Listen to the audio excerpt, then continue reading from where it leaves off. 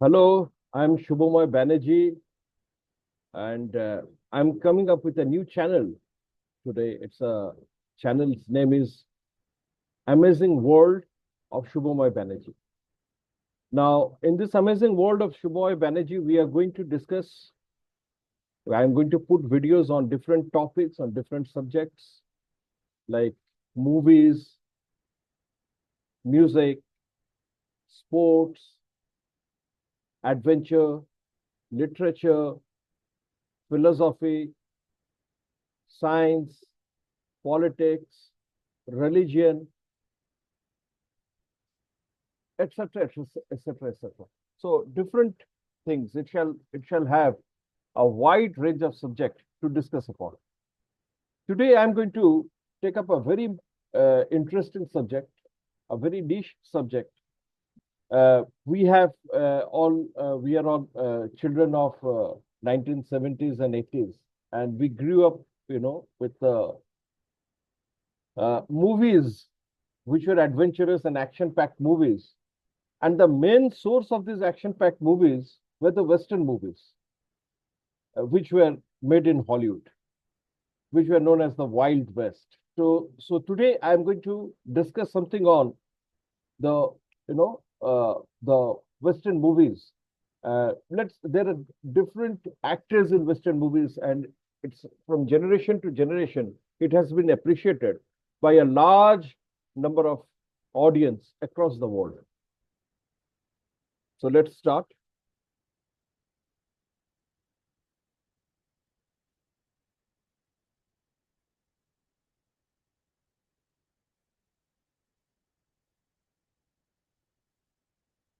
So I have named it The Legacy of American Western Movies, A Journey Through Generations. Uh, a Western movie is usually that region, the Wild West part of North America, uh, bordering, the southern part also, which moves towards Mexico.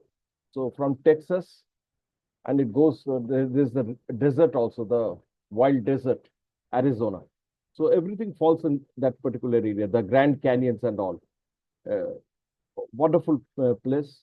And definitely the films are wonderful. Many Indian films, many other, films in different languages have been made from these Western movies. Many stalwarts have worked in these movies. So I'll come one by one. The American Western genre has been a cornerstone of Hollywood captivating audiences with its tales of rugged frontiers, lawless towns, and heroic gunslingers. They were also called the bounty hunters. They were paid money to kill the criminals. So instead of police, they had those bounty hunters to, hunt down those robbers and the outlaws, the criminals, to bring them under justice. Spanning generations, these films have evolved from simple morality tales to complex narratives exploring themes of justice, revenge, and survival. So many stories are there, and you will find if you watch, if you are an avid watcher of these Western movies, you'll find there are lots of similarities between the Western movies that were made years ago and the Western and the Hindi action movies which are made later on. There are many movies, especially made by the Hindi actors uh, uh, during the 70s and the 80s mostly, which were almost, very similar. The storyline and the plot was very similar to those which were there in the Western movies. So this is a typical, site of a 1800, the 19th century, early 19th century, sort of, and the mid 19th century uh, American Texas city or township, Wild West, where you had a saloon, and a saloon is a place where people used to go and drink They used to dine, and they used to have some good time. They used to play cards. So that's a relaxing point. And saloon is the main point. It's the main center where most of the actions used to take place. Then there is a uh, uh, at the top of the saloon there is a hotel where people usually stays in those hotels, and then you have a livery or a stable where they keep the horses. They had an ironsmith who used to repair their the wheels of the stage coaches. They used to make the horseshoes, all those things. Then there was a granary shop. There was a grocery shop. And then they had a doctor also. And sometimes the doctor was also a dentist, come a doctor, come a vet, come a barber. So this was a funny sort of situation they had in those days. And it was usually known as the Wild West. Then they had a sheriff and a deputy sheriff. Some of the sheriffs, they wore the tin badges, and they did their duty very well. Some of the sheriffs could not live up to the expectations of the people.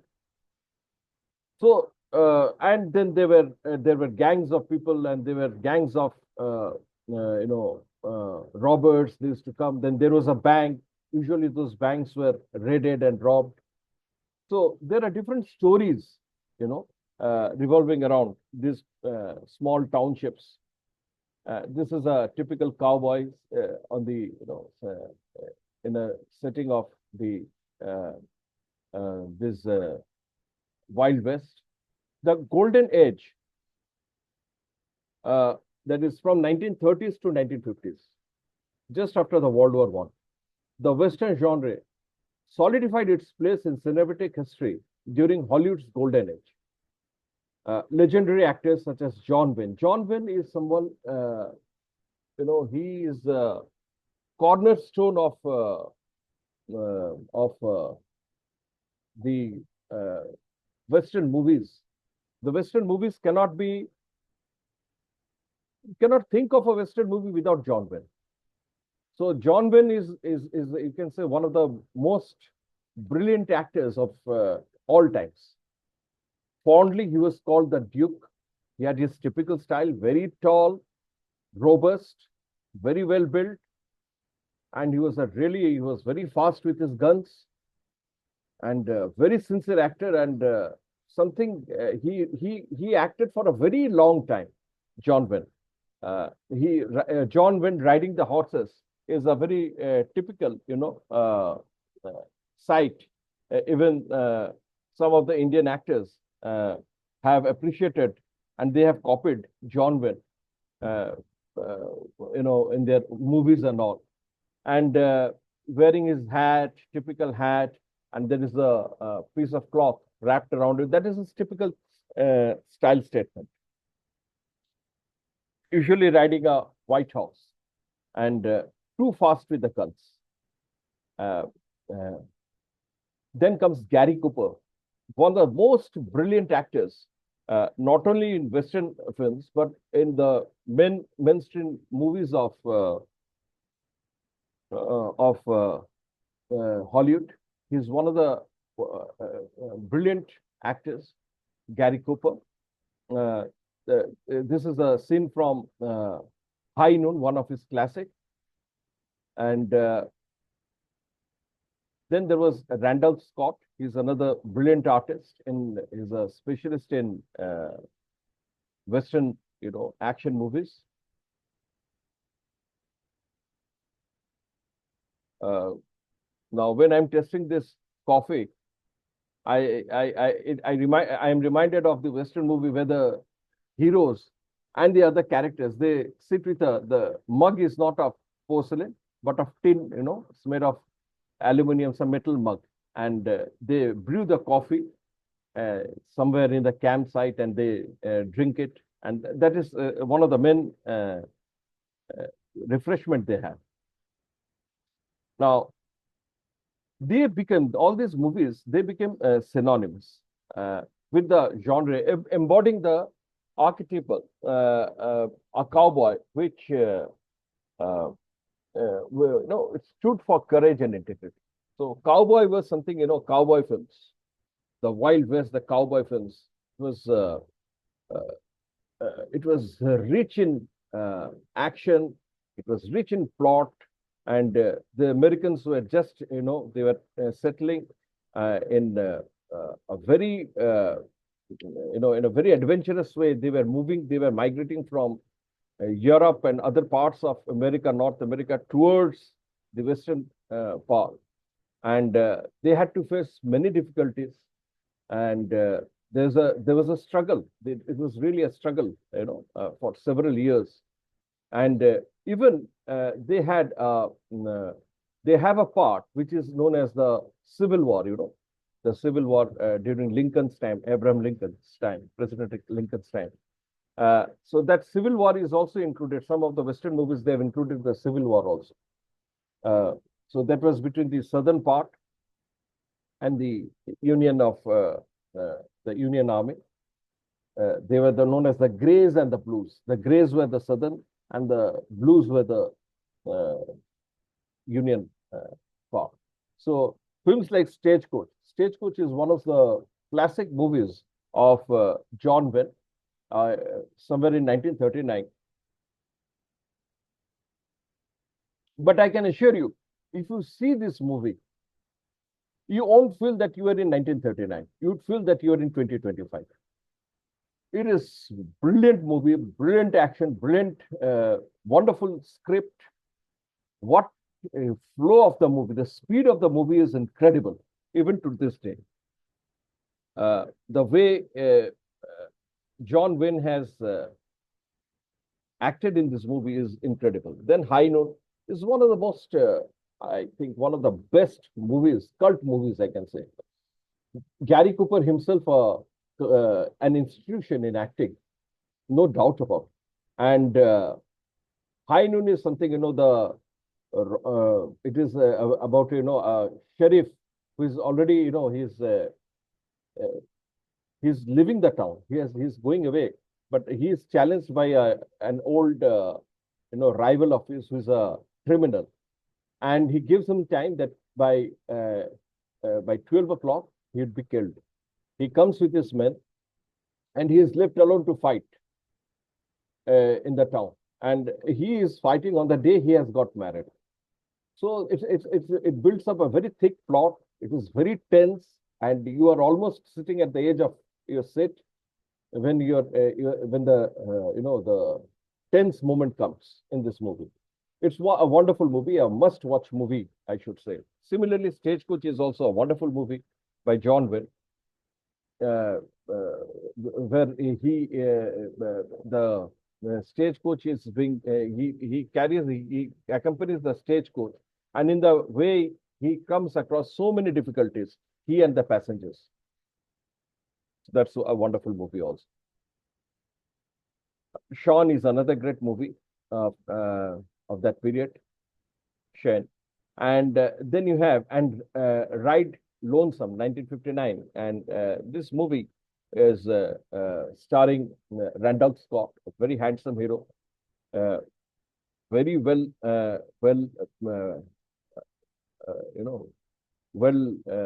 very tight script, I should say, and one of the best movies in the Western genre. He is a wonderful action star. There's no doubt about it. And it set this set the standard for storytelling, emphasizing the struggle between civilization, untamed West. Untamed West. A large part of the West was, the desert, and sometimes in many of the movies, you would see that the characters there, the people who are traveling, they are facing problem of water. There is no water. They're carrying cantons, water bottles, like round-shaped water bottles, and those cantons are getting exhausted, and then they have to depend upon different sources, like digging out from the sand some water and all. So it is a different world altogether. And at the same time, you have the rattlesnakes. Then there were the I should be forgive it. But just for the film part, I have a lot of respect for the natives of America. I am from India, and there are lots of natives in our place, also the tribals, and they have immense contribution towards civilization of whatever country. And I have tremendous respect for the natives of Americans. But there has been a clash with the Europeans, the white settlers, whom they used to call the Pale Brothers, and the uh, Native Americans. Wonderful, and some of the stories of the Native Americans, like the Broken Arrow by Gary Cooper, is one of them, which shows the real, the fighting spirit of the different tribes of Native America, like the Apaches, the Comanches, the Sioux, the Sioux, and the Cherokee. The many tribes, and they were great fighters. They were great fighters. Even you find them, they had very different names, like the Big Mountain, the White Cloud, the Red Horse, or something like that. The Big Bear. That sort of name they had. They were great fighters, and the plot is really interesting. Then comes James Stewart. If you ask me, he's one of my most favorite actors, usually known as Jimmy Stewart. And he had a very different voice. He used to say, so his action is, he used to put his hand like, oh, I'm really Jimmy Stewart. I'm Jimmy Stewart. So he had a different voice. He's a man, his mannerism is very different. And he had a unique depth, the westerns like, Winchester 73, that is of 1950. The Man Who Shot Liberty Valance, 1962. And portraying characters with internal conflicts and more moral dilemmas. So this is one of John Wayne and uh,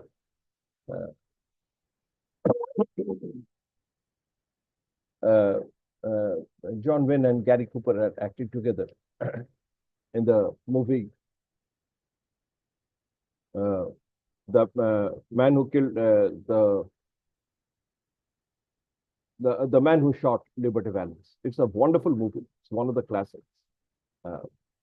Both John Wayne's style and then Jimmy Stewart's, his mannerisms, tremendous, tremendous. This movie is a must see watch movie. Then is your Glenn Ford, who happens to be one of the best actors in Western as well as in mainstream film. He became known for his versatility, starring in classics like The Fastest Gun Alive, 1956, 3:10 to Yuma, 1957, one of the best movies, 3:10 to Yuma. You should never miss it. Where he often played both lawmen and outlaws. Now, The Fastest Gun Alive, he plays a lawman, but in 3:10 to Yuma, he plays an outlaw. Wonderful.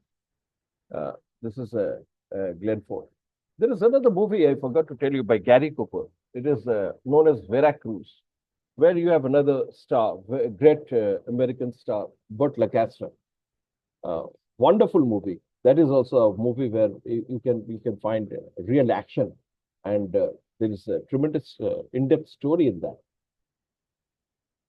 Gregory Peck, the great Gregory Peck, I should say, known for his Roman Holiday, was equally lethal in his, in his image as a hero, a lethal image as a hero in Western movies too. Renowned for his commanding presence and moral gravitas, also made a significant impact on the genre.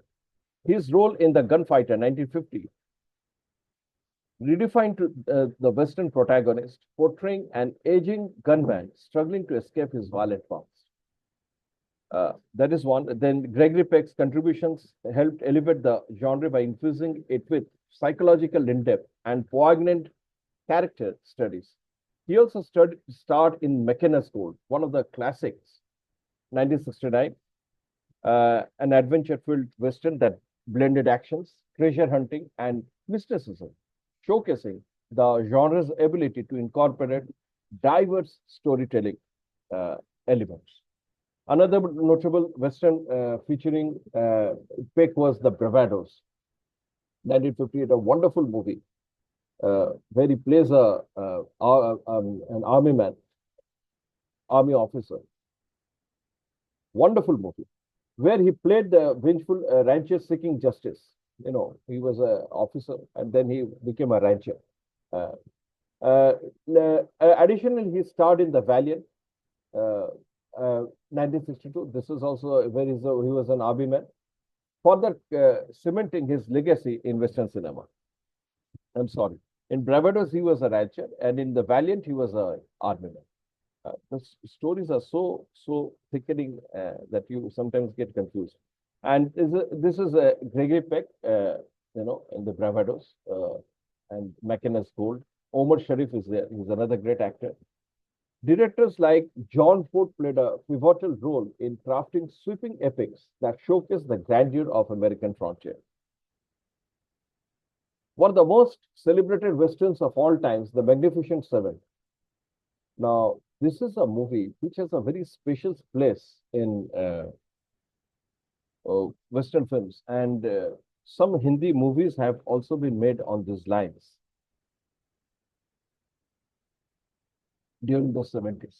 The Magnificent Seven of 1960, the older one, remains an enduring symbol of camaraderie and heroism. It was inspired by the legendary director, Japanese director, Akira Kurosawa's Seven Samurai in 1954. The film featured an all-star, including Yul Brynner, Steve McQueen, and Charles Bronson, and has inspired remakes and adaptations that keeps its legacy alive. It is about the poor farmers of a village, which is often invaded by dacoits and robbers. Six goes to the town and six helps of some gunfighters, and the seven of them they are able to gather, and these group of seven actually protect the villagers from the dacoits. A wonderful story, and one of the classics. This one cannot afford to miss. It is a wonderful movie. Then, the era changed. The revisionist era, that is 1960s to 1980s. As societal attitudes shifted, so did the Westerns. The 1960s and 70s saw the rise of revisionist Westerns, Westerns like which painted a grittier, more ambiguous picture of the Old West. So here you had, the Civil War and, the real struggle. Like here appears a brilliant star and actor of all times. I think after John Wayne, if we are comparing in the Western, if you talk about the Western movies, definitely the first name comes as John Wayne. Then after John Wayne, in the modern era, if somebody is there, the second man, the next man in the Western, specialized in Western, he is none other than Clint Eastwood. A very tall guy, very cool in his approach, and wonderful gait, and tremendous action, tremendous expression, speaks very slowly, but the squint of his eyes and the way he expresses, the cigar, hanging from the corner of his lips. It is something outstanding. It is a style statement. He's a legend in himself. Like John Wayne, he himself is a legend. Clint Eastwood emerged as a defining figure of this era, starring Sergio Leone's Dollars trilogy. There's three movies are made: A Fistful of Dollars, For a Few Dollars More, and the good, the bad, and ugly. You have that famous music. Ding, ding, ding, ding, ding, ding, ding, ding, ding, ding, ding, ding, ding, ding, ding. So that music, you have that typical music. It rings in your ear, you know. So something, it holds you back. Now, this introduced the world to the spaghetti. Spaghetti is an Italian, it's an American Italian Western subgenre. These films were darker, more violent, and often deconstructed the myth of noble cowboy. Now, that era of very noble and maintaining the right, conscience and doing things in a moral way. That was up till John Wayne, Gary Cooper, Burt Lancaster, Randolph Scott. That era, till that era. After that era comes when it was a more competitive. One kills to survive, survival of the fittest, and there comes this era where you have this the good, the bad, and ugly. The good, the bad, and ugly. I suppose it should be somewhere in the top three movies, Western movies in the if it comes, it is something outstanding. The movie is outstanding movie. It has so many characters, it has so many plots, it has so many things coming together, and the way Lee Van Cleef, uh, Eli Wallach, and Clint Eastwood, they have acted. It is something that cannot be created again. It cannot be created again. Another classic Western of Clint Eastwood was The Outlaw, Jose Wells, and that's a very famous one. It's from a true story, I believe. The film follows a Missouri farmer who turns outlaw after his family is brutally murdered by the Union soldiers during the Civil War. So here the Civil War comes. Seeking vengeance, Jose Wells embarks on a perilous journey across the frontier, pursued by the relentless bounty hunters. As he gathers a ragtag group of companions, he evolves from a man driven by vengeance to a reluctant protector. And now this reluctant protector sort of image, and then ultimately rejecting to the cycle of violence. The film is celebrated for its gritty realism, complex characters, and Eastwood's powerful performance, making it one of the most acclaimed revisionist Westerners of the time. And similarly, the good, the bad, and ugly also has an element of the Civil War. Civil wars are being fought. It has been shown in that movie how it is being fought between the Union and the Southern Army. Once Upon a Time in West 1968 is another Western classic by Charles Bronson. Is very famous for the harmonica he plays, the tune, and he takes revenge. He avenges his brothers, somebody who killed his brother during his childhood. So one of the best movies. Charles Bronson is another great actor. Then comes a very special type of movie. It would be our discussion wouldn't be complete if we don't discuss about this character, Terence Hill. Now, during this period, Terence Hill and Bud Spencer is a robust, very fat and robust actor, very good action. He has real good action star. And then we have this Terence Hill. They became icons of the comedic Western subgenre, bringing humor and action-packed story, telling to the genre. Films like They Call Me Trinity. Trinity is Still My Name. This is the 1970s and 71. Provided a fresh, light-hearted take on Westerners, making them beloved classics among fans. So this is Bud Spencer with the beard, and with the cap, this is Terence Hill. Very fast, Terence Hill's fast, taking out of his, drawing his gun and, shooting is one of the best, I believe. He's one of the best, fastest draw, I believe. Glenn Ford, John Wayne, Clint Eastwood, uh, then Terence Hill, they are very fast draws of guns. Uh, there was another, I'm forgetting his name, Richard Widmark.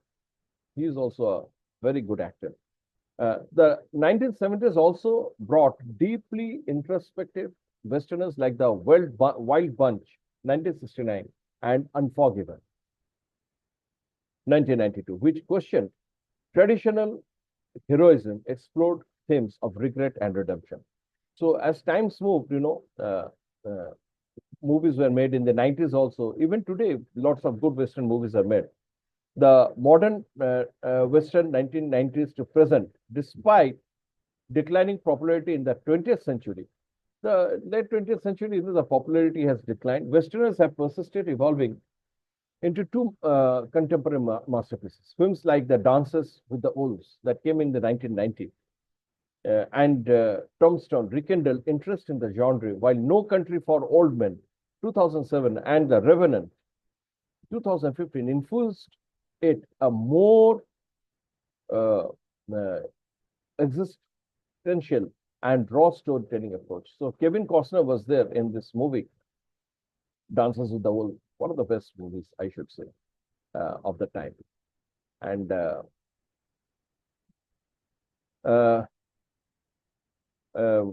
we also had in this movie, uh,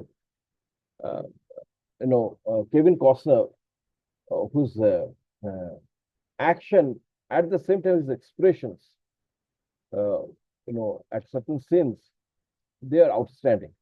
Tommy Lee Jones, Christian Bale have carried the Western tradition forward, while directors like Quentin Tarantino, like Django Unchained, The Hateful Eight, have reinvented the uh, genre with fresh perspectives and bold storytelling. First of all, Django was played by Terence Hill, and later on, many other actors. They succeeded, and it's still going on. This is Tommy Lee Jones. Another notable film, Western-inspired film from the 1990s is The Last of the Mohicans, one of the best movies of 1992, starring Daniel Day-Lewis. Though set during the French and Indian War, Indian means the native Indians of American Indians, who the Americans, they pronounce the Indians as Indians, Indians. So it sounds more like Indians than Indians. Uh, uh, Rather than the traditional West, Old West, the film captures many of the Western genres themes such as survival, honor, and the clash of the civilizations, reinforcing the genre's influence beyond its conventional setting. So this is a movie, The Last of the Mohicans. A particularly legendary film from this era was How the West Was Won of 1962. It involves three stories. They're interconnected. And Jimmy Stewart was playing one of the roles. Uh, uh, it is a wonderful movie. Even Gregory Peck was there, but they never acted together in this movie. But they were separate stories. It's a grand, sweeping epic that chronicled multiple generations of settlers as they moved westward. Directed by John Ford, Henry Hathaway, and George Merchant, the film masterfully depicted the trials and triumphs of the frontier life. Featuring an all-star casting, James Stewart, Gregory Peck, and Henry Fonda, John Wynne, Debbie Reynolds, Carol Baker, Carl Malden, Richard Widmark, and Ellie Wallach. So all these people were there in this movie, How the West Was Won. But it's a bit lengthy movie. But they were in different, sections of this plot. They were interconnected, but they were generations apart. So that is one of the really one of the best movies, Western movies. The film follows their struggle and triumphs as they navigate the perilous Oregon Trail, the Civil War, and the construction of the Transcontinental Railroad, showcasing the diverse challenges of pioneer life. As America changed, Wild West changed, and how the time changed. As the time changed, how the different challenges came up, and how the people they were affected by that. That has been very well portrayed in this film. The film use the film's use of the innovative cinematography made it a milestone in the genre, influencing many future Westerners. There's a scene where the engine, is going very fast, and when it's moving very fast over the rail tracks, it blows upon the, it just there are piles of woods are kept, and it just blows away those piles of woods, and the engine passes through them. That reminds me of the scene in Sholay, very similar to that. Uh, Anyways, our films have been definitely Indian movies have been to a great extent influenced by these great Western movies. The enduring appeal of the Westerns uh, from its origin in black and white, from stagecoach time and silent films to modern day cinematic epics, the Western genre uh, continues to inspire audiences. Its themes of freedom, resilience, and moral complexities of justice ensures its relevance across generations. Whether through the iconic image of John Wayne riding into a sunset, or Clint Eastwood's steely gaze beneath a wide-brimmed hat, the legacy of American Westerns endures forever, embedded in the fabric of Hollywood storytelling. Thank you. I hope you have liked my video, my presentation. Kindly subscribe to my channel, like it, and share it. I shall come up with some more interesting topics for you in my coming videos. Thank you very much.